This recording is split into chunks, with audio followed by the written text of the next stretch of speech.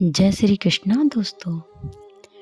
कर्म वह फसल है जिसे इंसान को हर हाल में काटना ही पड़ता है और उस इंसान को हमेशा अच्छे बीज बोते रहना चाहिए ताकि फसल धरती पर अच्छी हो। जिस प्रकार मौसम में बदलाव होते रहते हैं उसी प्रकार जीवन में सुख दुख आता रहता है।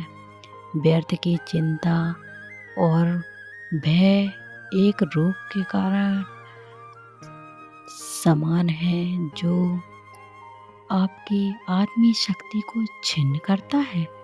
जैसे जल द्वारा अग्नि को शांत किया जाता है वैसे ही ज्ञान के द्वारा मन को शांत रखना चाहिए। जिस प्रकार दिया प्रकाश कम किए बिना ही हजारों दियों को जला देता है उसी प्रकार खुशियों को बांटा जाए तो खुशियाँ कम नहीं होती हैं। हर मर्ज का इलाज नहीं दिखवाने से होता है ना ही दवा खाने से होता है। सिर्फ मुस्कुराने से आपका महत्व कम नहीं होता है। सब मुक्त होने का और संसार को भलाई की ओर प्रस्थान करने का प्रयास कीजिए।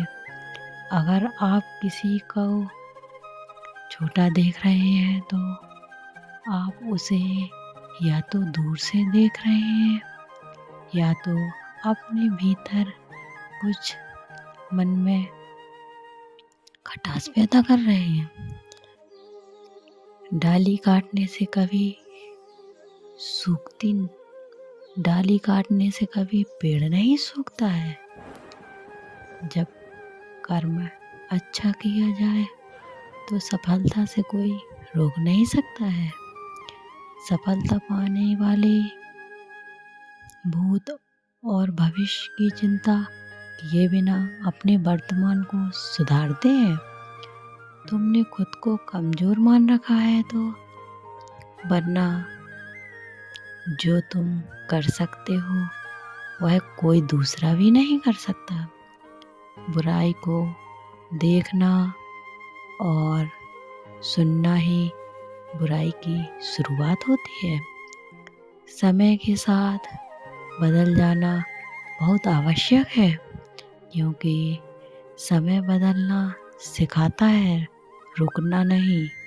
अच्छे कर्म करने के बावजूद भी लोग केवल दूसरों की बुराइयों को देखते हैं। इसलिए लोग क्या कहते हैं, इस पर ध्यान मत दो, अपने कार्य करते रहो। दुख भोगने वाला आगे चलकर सुखी हो जाता है मगर दुख देने वाला कभी भी सुखी नहीं हो सकता। जो मनुष्य जीव पाकर भी श्री राधा कृष्ण का कीर्तन नहीं करता है वह दुर्बदी मोक्ष की सीढ़ी पाकर भी उस पर चढ़ने की चेष्टा नहीं करता है। जो मिल रहा है तुम्हें वही तुम्हारे लिए बेहतर है।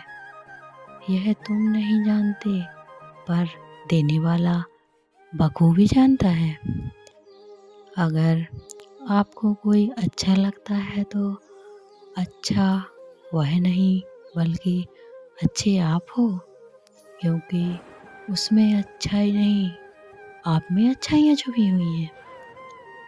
मन में क्रोध रखने की अपेक्षा तुरंत प्रकट कर देना अधिक अच्छा है। जैसे पल में जल जाना देर तक सुलगने से अच्छा है। मन अशांत हो तो उसे नियंत्रित करना कठिन है लेकिन अभ्यास से इसे बस में किया जा सकता है। दिव्यता केवल शक्तिशाली होने में नहीं बल्कि वास्तविक दिव्यता दूसरों में शक्ति जागृत करने में है। मन को गतिविधियों, होश, श्वास और भावनाओं के माध्यम से भगवान शक्ति जागृत करने में है। जीवन में वाणी को संयम में रखना अनिवार्य है, क्योंकि वाणी से दिए हुए घाव कभी भरे नहीं जा सकते और हम स्वयं जीवन में शिल्पकार हैं।